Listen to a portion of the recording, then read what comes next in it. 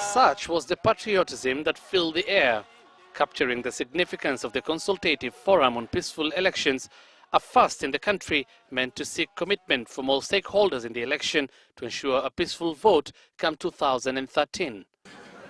Because sometimes we seem like we don't believe. Do we not believe?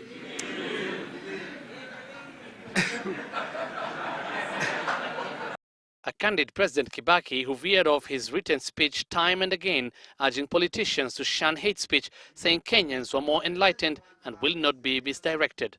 And that man, however much you preach that variety of stuff, he doesn't believe in it. He knows you only want to persuade him.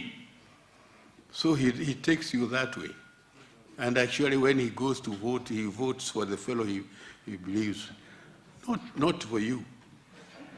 Remarks echoed by Prime Minister Raila Odinga, who nonetheless also accused the National Cohesion and Integration Commission, whose mandate is to guard against hate speech, of lacking the bite to execute that mandate and of unfairly picking on politicians.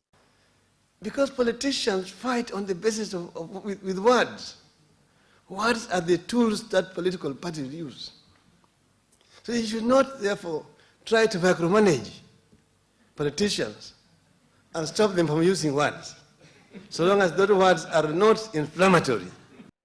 The principals also urged all other stakeholders to be responsible, calling for comprehensive police reforms ahead of the election and the need to accord support to the Independent Electoral and Boundaries Commission so that it can conduct a free and fair election.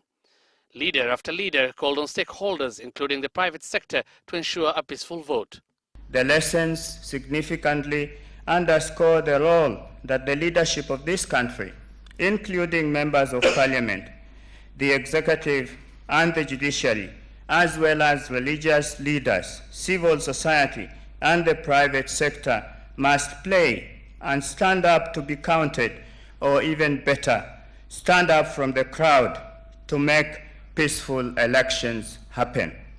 Today, we make a deliberate choice to initiate a process that should enter Kenya's annals of history as one of the boldest steps towards the much-needed completion of the makeover, Your Excellency, that began after the 2007-2008 post-election debacle. We could send a powerful message to all Kenyans if once a month the 14, I think there are 14, the 14 potential presidential candidates share rallies and preach this great message of peaceful, free and fair elections. But even here, politics was very much at play. The president probably irked by rumors about his preferred successor, still naming no one though. If you hear that I'm not campaigning for anything, you don't think that I don't believe anything. I know the kind of project we want in Kenya, and I know